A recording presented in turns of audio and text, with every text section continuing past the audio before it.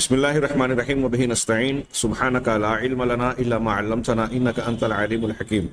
الحمد للہ رب العالمین والصلاة والسلام علی سید المرسلین وعلی آلہ وصحبہ اجمعین ومن تبعہم بإحسان الی یوم الدین. اعوذ باللہ من الشیطان الرجیم. بسم اللہ الرحمن الرحیم. آمن الرسول بما انزل الیہ من ربہ والمؤمنون کل آمن باللہ وملائکتہ وکتبہ ورسلہ لا نفرق بین احد من رسلہ وقالوا سمعنا واطعنا غفرانک ربنا والیک المصیر. سامعین کرام، ہماری گفتگو علم الجنین سے متعلق جاری تھی کہ علم الجنین بچے کی نشو و نما اور مدارج حیات سے متعلق قرآن اور حدیث کا جو بیان ہے وہ آج کے علمی اور تحقیقی دور میں سائنس کی نگاہیں دیکھ کر، مشاہدہ کر کے، تجربات سے گزر کر اسی کو تسلیم کر رہی ہے اور اسے مان رہی ہے. اس ضمن میں شیخ عبد المجید زندانی اور ان کے رفقا کی شیخ پروفیسر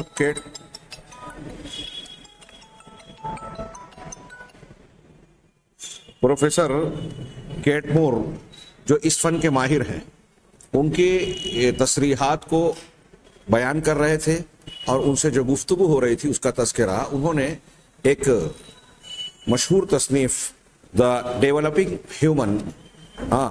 انسان کی تخلیق کے اطوار کے ضمن میں لکھی، جو دنیا کی 8 زبانوں میں ترجمہ کی گئی اور مختلف علاقوں میں، ان ملکوں میں ان زبانوں کے جاننے والے طب کے ماہرین، ڈاکٹرز کے زیر مطالعہ رہتی ہے. پچھلے درس کے اخیر میں یہ تذکرہ ہوا کہ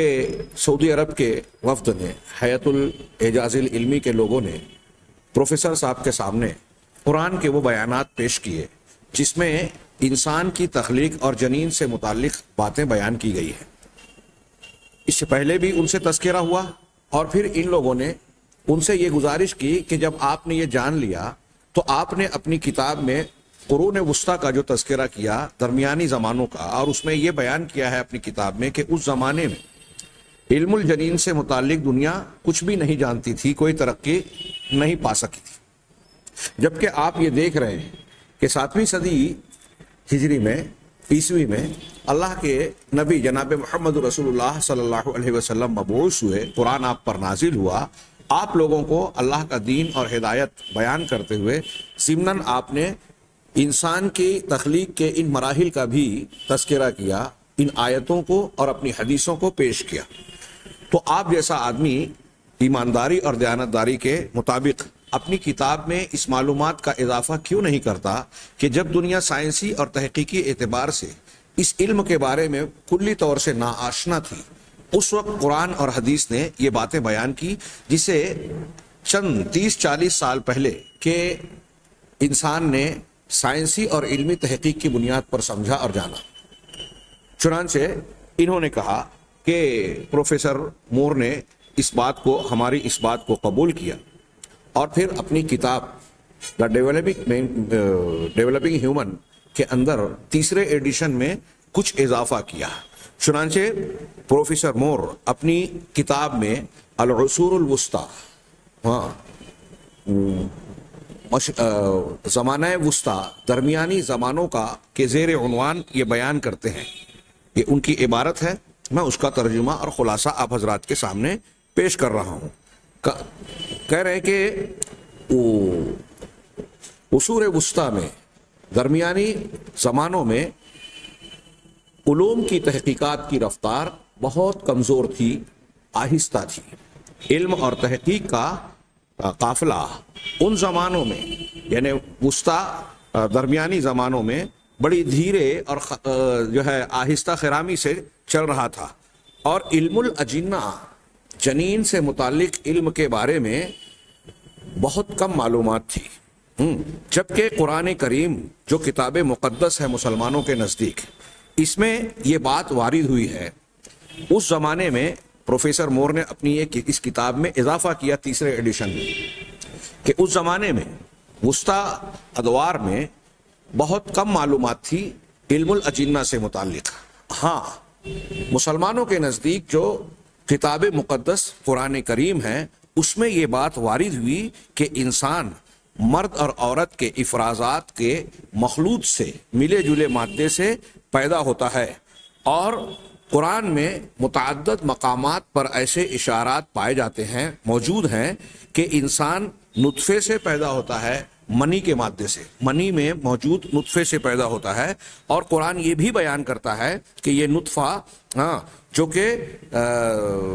انسان کے جسم سے نکلتا ہے یا انزال ہوتا ہے اس کا، یہ عورت کے رحم میں، اس کی بچے دانی میں استقرار پکڑتا ہے، ایک مقررہ جگہ پر جا کے پیوست ہو جاتا ہے،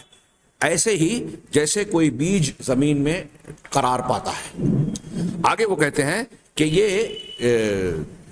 بیج کے نطفے کے قرار پانے کے 6 دنوں کے بعد اس میں فرٹیلائزنگ یا نشو و نما شروع ہوتی ہے، اور معروف بات یہ ہے کہ وہ بیضہ جس کی تلقیح کی جاتی ہے، تلقیح کرنا مادہ منویہ کا مادہ کے پیٹ میں ڈالنا، حاملہ بنانا، بار آور کرنا، یہ معنی ہوتا ہے۔ تلقیح کا لفظ اردو میں اسی معنی میں بھی استعمال کیا جاتا ہے، قرآن میں بھی لواقح، ان ہواؤں کو لواقح کہا جاتا ہے جو اپنے ساتھ ایک درخت کے بیج کو یا اس کے پھولوں کے مادوں کو دوسرے درخت نر کے مادے کو مادہ تک پہنچاتے ہیں، اس کے ذریعے سے بار آوری کا معاملہ پیش آتا ہے پودوں درختوں میں۔ تو کہہ رہے ہیں کہ وہ بیضہ جس کی تلقیح کی گئی ہے وہ بعد اس کے کہ 6 دنوں کے بعد اس میں انقسام شروع ہوتا ہے۔ آج کی سائنس کی اصطلاح میں یہ بیج سمجھ لیجئے کہ ایک نطفہ، ایک جرثومہ، ایک کیڑا ہوتا ہے، اب یہ 1 سے 2، 2 سے 4، 4 سے 8 اس طریقے سے بڑھتا جاتا ہے۔ تو 6 مہینوں کے استقرار حمل کے 6 دنوں کے بعد جب اس میں نشو و نما کا عمل شروع ہوتا ہے تو قرآن کریم یہ بھی کہتا ہے کہ یہ نطفہ یعنی منی یہ ترقی پاتا ہے تاکہ وہ ایک جمے ہوئے خون کی شکل اختیار کر لے، جس کو قرآن نے علقہ کہا، اور بیضہ ملقحہ جس کے اندر تلقی ہو رہی ہے مادہ منویہ کی یا نطفے کی کا کیڑا اور جرثومہ مادہ کے رحم میں جو بیضہ ہوتا ہے اس میں جا کے جو پیوست ہو رہا ہے، تو یہ اپنے انقسام اور تقسیم کے بعد یا یوں کہیے کہ وہ بیضہ جو کہ منقسم ہونا شروع ہوا یا ابھی نامکمل بچے کی شکل میں ہے، اگر وہ اسقاط پا جائے اپنے طور سے تو ممکن ہے کہ وہ علقہ کے مشابہ ہو۔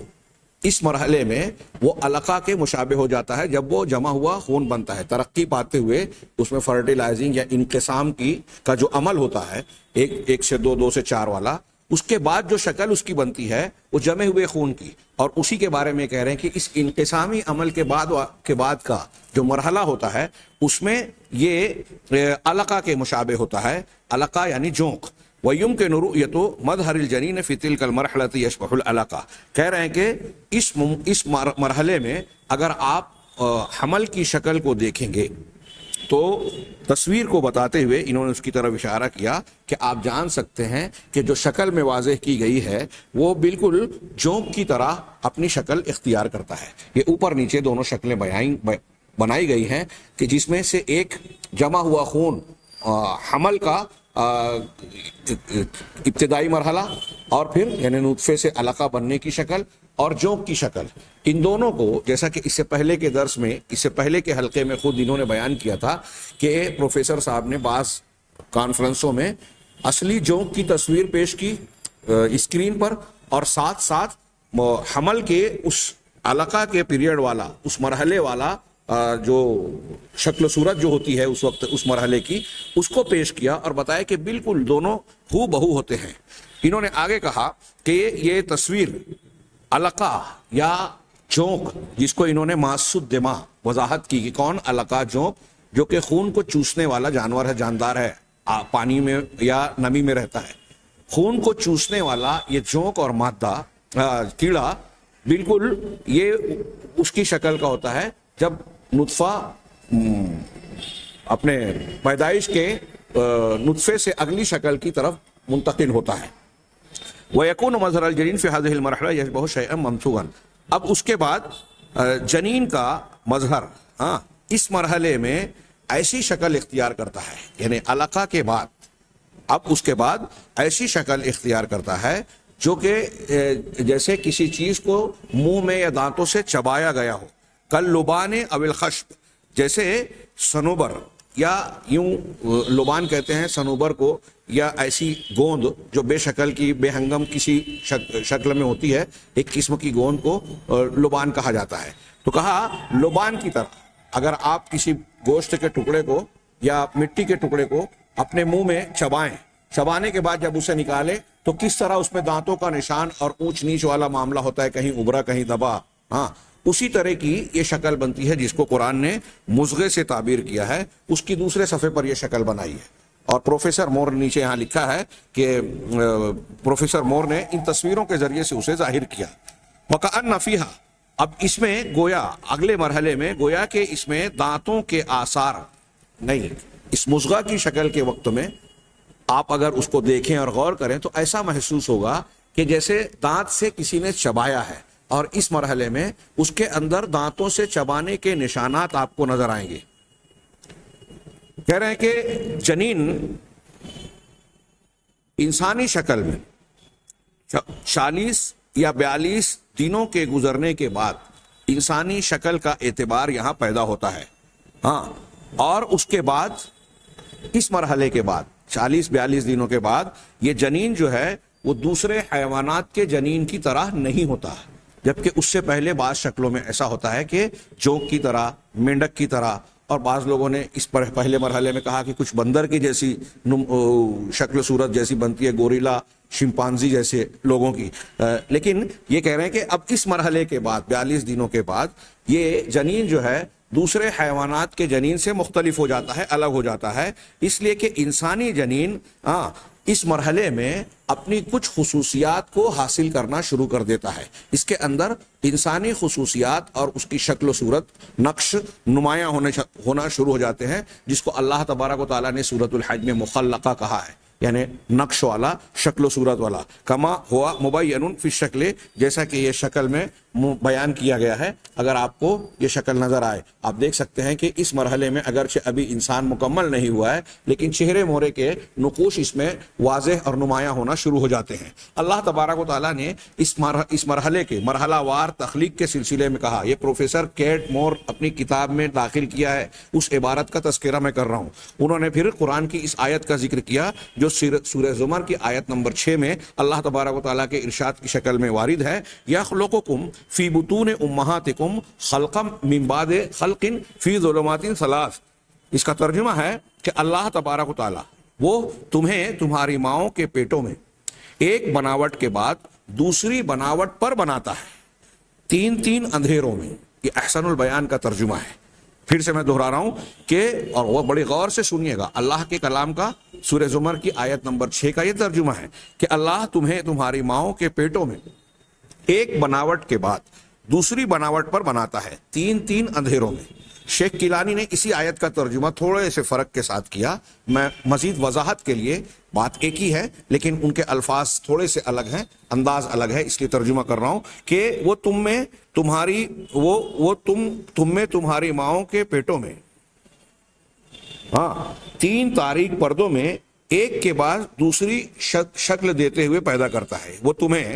تمہیں تمہاری ماؤں کے پیٹوں میں 3 تاریک پردوں میں ایک کے بعد دوسری شکل دیتے ہوئے پیدا کرتا ہے۔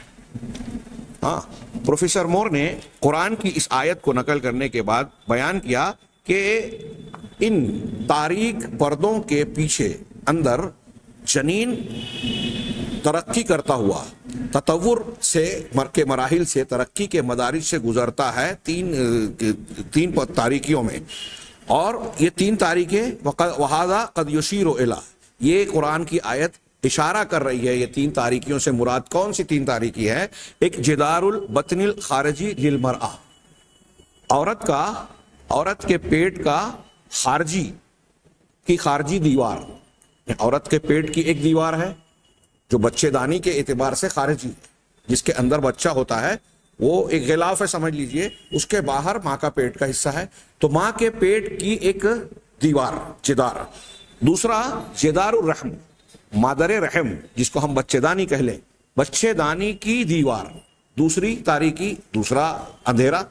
تیسرا اندھیرا الغشاء الداخلی، ہاں الغشاء الداخلی الذی یحیط بالجنین مباشرتاً، کہ وہ داخلی جھلی اور غلاف جو براہ راست جنین کو اپنے اندر سمیٹے اور گھیرے ہوئے ہوتی ہے۔ یہ تین تاریکیاں یہاں میرے ساتھ سامنے ایک دوسرے کتاب کا ایک وہ ہے، ان تینوں کو اصطلاحی طور پر جو عربی میں انہوں نے نام دیا کہ علمی طور پر، سائنسی طور پر یہ بات ثابت ہو گئی ہے کہ ماں کا پیٹ تین غلافوں سے، تین جھلیوں سے یا پردوں سے گھرا ہوا ہوتا ہے، ہاں، اور وَهَذِهِ الْأَغْشِيَةُ تَظْهَرُ بِالْعَيْنِ الْمُجَرَّدِ كَأَنَّهَا غِشَاءٌ وَاحِدٌ، ہاں یہ تینوں پردے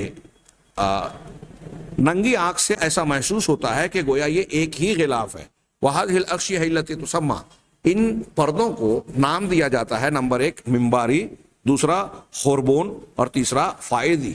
یہ جو انہوں نے عبارت بیان کی اس سے بظاہر ایسا معلوم ہوتا ہے کہ جو بچے دانی کا غلاف ہے وہی غلاف تین جھلیاں یکے بعد دیگرے رکھتا ہے، یا وہ تین پردے مراد ہیں، لیکن کہ پروفیسر کیٹ مور اور دوسرے مفسرین نے عام طور سے جو بیان کیا اس میں یہ وضاحت ہے کہ ماں کے پیٹ کی ایک تاریکی یا ایک پردہ، دوسرا رحم مادر کی، اور تیسرا وہ جھلی دار غلاف یا تھیلی جس کے اندر بچہ سمٹا اور گھرا ہوا ہوتا ہے، اور یہ جھلی اس کو گھیرے بھی ہوتی ہے۔ آگے پروفیسر مور کہتے ہیں وَلَا يَتَّسِعُ الْمَجَالُ لِمُنَاقَشَةِ مَوْضُوعَاتٍ حَامَّةٍ أُخْرَى، کہہ رہے ہیں کہ یہاں یہ اتنا موقع نہیں ہے کہ ہم دوسرے اہم موضوعات کی تفصیلات پیش کریں جو قرآن کریم میں انسان کے تطور، پیدائش کے ترقی اور مدارج سے متعلق، پیدائش سے پہلے کے مختلف مدارج کے سلسلے میں مندرج ہے۔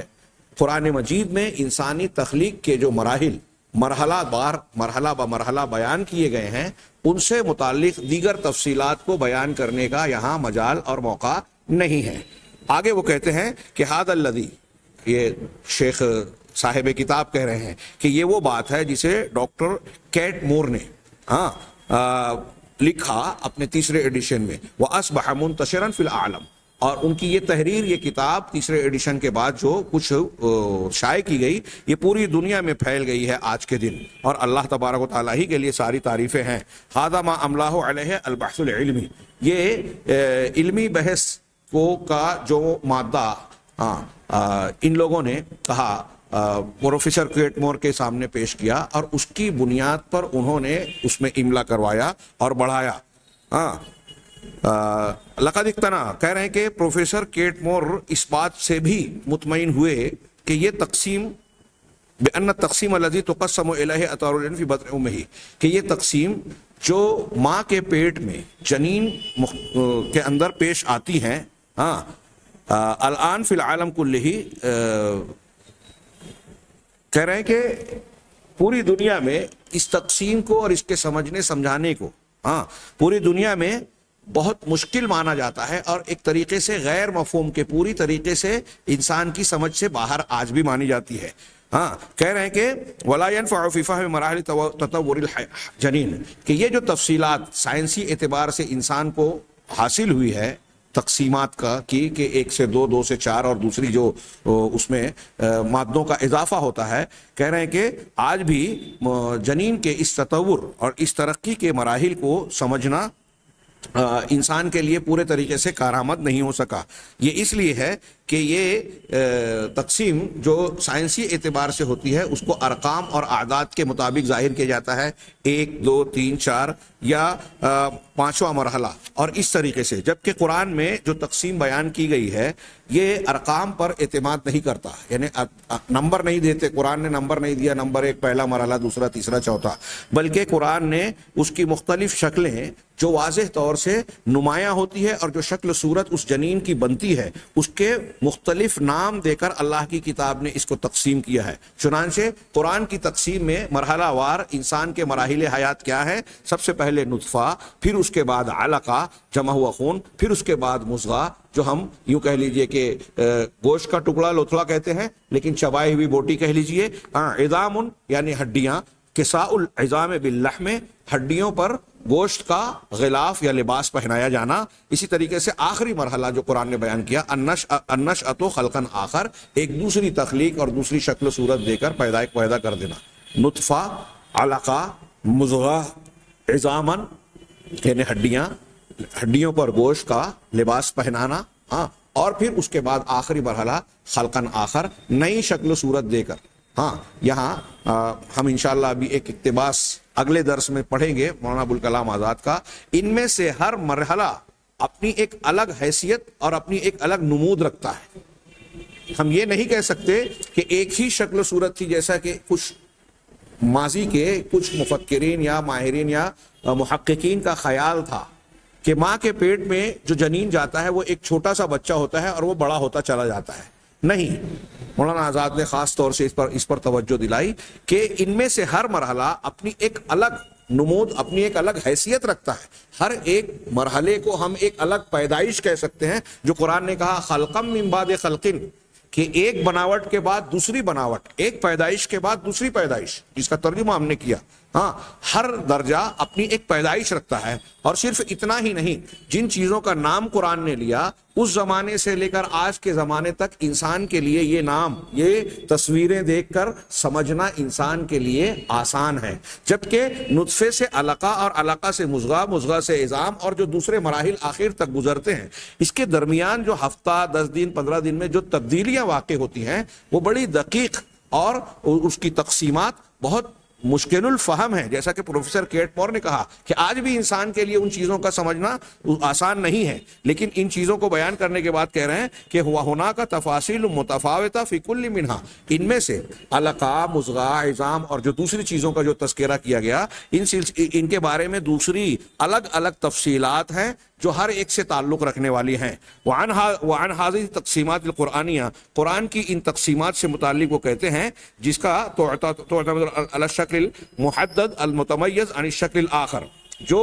ہر تقسیم اعتماد کرتی ہے اپنی محدود اور خاص شکل پر جو کہ دوسری شکل و صورت سے الگ اور جدا ہوتی ہے. خلقم من بعد خلق, ایک کے بعد دوسری پیدائش اور دوسری بناوٹ. پروفیسر کیٹ مور اس بارے میں کہتے ہیں کہ یہ تقسیمات علمیت دقیقہ, یہ بالکل علمی, سائنسی اور بڑی باریک اور دقیق تقسیمات ہیں. ایک طرف علمی اعتبار سے اپنے اندر دقت اور علمی گہرائی بھی لی ہوئی ہے, اور دوسری طرف آگے پروفیسر کہتے ہیں ساتھ ہی ساتھ یہ تقسیمات آسان بھی ہے, قابل فہم بھی ہیں اور نافع بھی ہیں. ایک طرف دکتور پروفیسر مور نے یہ کہا کہ سائنسی اعتبار سے مراحل حیات کے تعلق سے جو تفصیلات بیان کی جاتی ہیں ان میں سے کئی باتیں ایسی ہیں جو انسان کے لیے قابل فہم آج بھی نہیں ہیں, اور اس میں بڑی دقت, اغماض, الجھاؤ ہے. جبکہ قرآن نے جو مدارج بیان کیے, ہاں, نطفہ, علقہ وغیرہ جو ہم نے ابھی پیش کیا, یہ ایک طرف علمی دقت کی حامل بھی ہے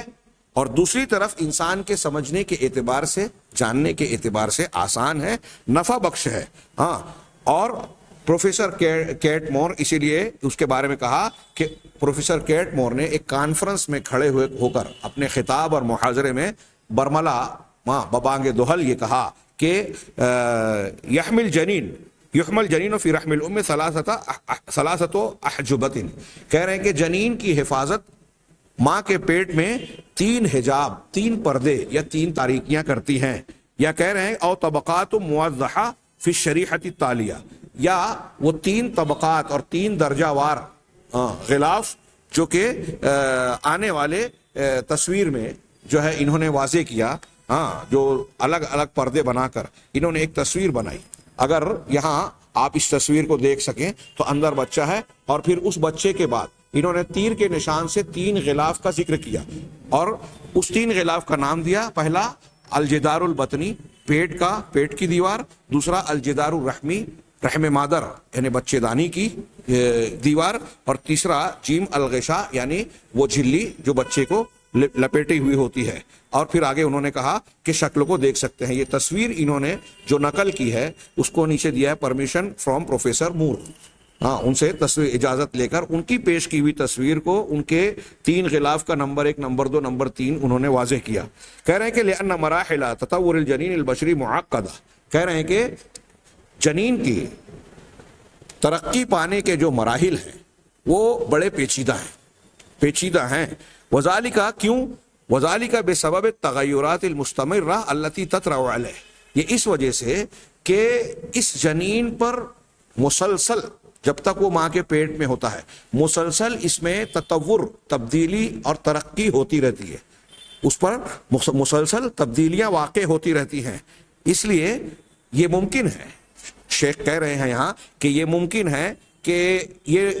پروفیسر مور جو ہیں یا دوسرے علماء اپنی اصطلاحات کا استعمال کر کے تصنیف و تالیف میں جو اصطلاحات استعمال کی جاتی ہے ان کا استعمال کر کے نئے مفاہیم کو نئے ڈھنگ سے جو ہے ترتیب دے میں اور کتابی شکل میں اس کو نئے انداز میں پیش کریں، خاص طور سے وہ جو قرآن اور سنت میں وارد ہوا ہے، اور یہ کسی قدر کشادگی اور وضاحت کے ساتھ اور شمولیت اور ہماگیری کے ساتھ، یعنی ان چیزوں کو جو قرآن و حدیث میں ہیں ان کو بیان کرتے ہوئے اپنے ہماگیر مفہوم کے اندر موجودہ دور کے علم الاجنہ سے متعلق جو معلومات اور تحقیقات ہوئی ہیں اس کے درمیان گویا تطابق پیدا کر دیں، دونوں کو ملا کر پیش کریں. ممکن ہے کہ یہ نئی تصنیفات میں ایسا نظام جدید بیان کیا جائے اور ان چیزوں کو گویا گھیر کر، تمام چیزوں کا گھیراؤ کر کے قرآن و حدیث کے ساتھ سائنسی مزید جو آخری تحقیق ہے اس کو شامل کیا جائے. لیکن جیسا کہ یہ بین السطور میں ان کی پچھلی عبارت پر آپ غور کریں، ان عبارتوں میں آپ تھوڑا یوں محسوس کر سکتے ہیں کہ گویا ابھی بھی سائنس کی تحقیقات میں تشنگی اور کمی موجود ہے. اگرچہ جہاں تک یہ تحقیقات پہنچی ہیں یہ قرآن کی بالکل ان تعبیرات کے موافق ہے جو قرآن نے مراحل حیات سے متعلق بیان کیے ہیں، جنین کے مختلف مدارج کے متعلق تشریح کی ہے قرآن نے اور احادیث نبویہ علیہ الصلوۃ والسلام نے. آگے وہ کہتے ہیں کہ قرآن اور حدیث کی گہری اور بھرپور تحقیقات نے یہ بات واضح کر دی ہے پچھلے 4 سالوں کے اندر، گزشتہ 4 سالوں میں قرآن اور حدیث کی گہرے مطالعے نے، تحقیقات نے یہ بتایا ہے کہ انسانی جنین کی تصنیف اور اس کو ترتیب دینے، بنانے اور اجزاء کو الگ الگ کرنے کے جو آلات ماں کے پیٹ میں ہوتے ہیں اور مختلف مراحل سے اس میں جنین گزرتا ہے،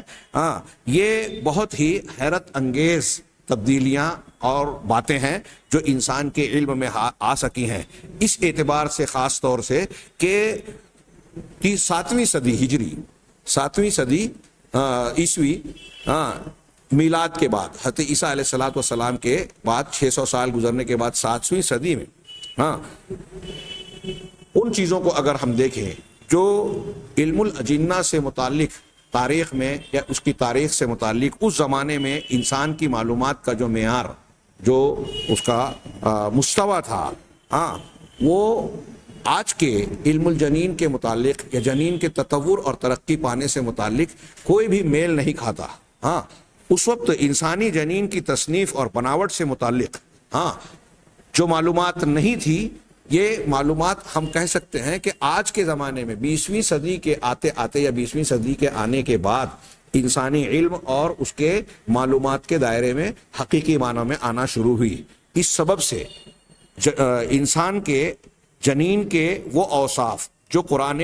مجید میں موجود ہیں اس کی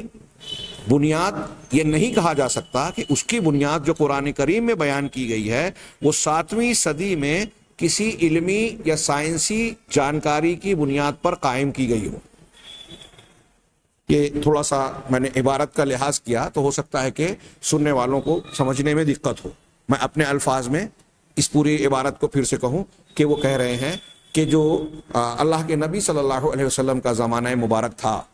آپ کی بعثت اور دنیا میں آنے کا، اس زمانے میں دنیا کا علم سائنسی تحقیقات کے اعتبار سے ایسا تھا ہی نہیں کہ یہ کہا جا سکے کہ اس وقت لوگوں کو علم الجنین سے متعلق کوئی تحقیقی معلومات حاصل ہوئی ہو. سوال ہی پیدا نہیں ہوتا. یہ معلومات جو آج ہمارے سامنے ہے سائنس اور ٹیکنالوجی کے زمانے میں، یہ 20ویں صدی کی معلومات ہیں. اسی صدی میں 20ویں صدی میں یہ معلومات حاصل ہو رہی ہیں.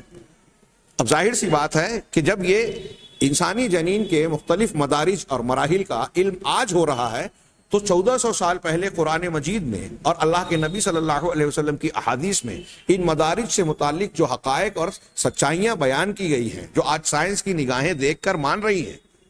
تو ظاہر سی بات ہے کہ قرآن اور حدیث کی وہ معلومات کسی دنیا کے کسی انسان کی تحقیق اور مطالعے کا نتیجہ نہیں تھا، اس کی بنیاد پر یہ معلومات پیش نہیں کی گئی۔ یہ نتائج جو قرآن اور حدیث میں بیان کیے گئے ہیں، یہ استنتاج، یہ اس کا اکیلا جو قابل فہم انسان کی عقل میں آنے والا سورس اور ذریعہ ہو سکتا ہے وہ یہ کہ یہ اوصاف محمد صلی اللہ علیہ وسلم کی طرف اللہ کی جانب سے وحی کی گئی ہیں۔ اس ما کان لہ ان یعرف، اس لیے کہ اللہ کے نبی صلی اللہ علیہ وسلم، محمد صلی اللہ علیہ وسلم کے لیے کوئی راستہ، کوئی ذریعہ موجود نہیں تھا کہ جس کی بنیاد پر وہ ان تفصیلات کو جان سکیں، اور اگر اس زمانے میں تفصیلات موجود بھی ہوتی تو محمد صلی اللہ علیہ وسلم کے لیے یہ ممکن نہیں تھا کہ آپ ان کا تحقیقی مطالعہ کر سکیں، اس لیے کہ آپ امی تھے۔ اسی لیے وہ ولہذا لم یکن قد نازل تدریبا علمیا،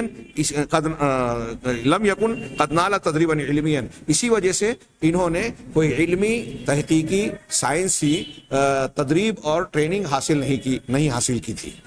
یہ ابھی بات ادھوری ہے۔ نتیجے کے طور پر ان تفصیلات کو جو شیخ پروفیسر کیٹ مور نے اپنی کتاب میں اضافہ کیا، اس کے بعد جب انہوں نے پیش کیا تو شیخ زندانی صاحب نے اس پر مزید تبصرہ کیا۔ ہم اگلے درس میں انشاءاللہ اس تبصرے کے ساتھ مولانا ابوالکلام آزاد کی اس سلسلے میں بعض تصریحات پر نگاہ ڈالیں گے۔ اللہ تعالیٰ سے دعا ہے کہ وہ ہمیں قرآن اور حدیث کا صحیح علم عطا فرمائے اور پھر اس علم کے تقاضوں کو پورا کرنے کی بھی ہمیں توفیق عطا فرمائے۔ وآخر دعوانا ان الحمد للہ رب العالمین۔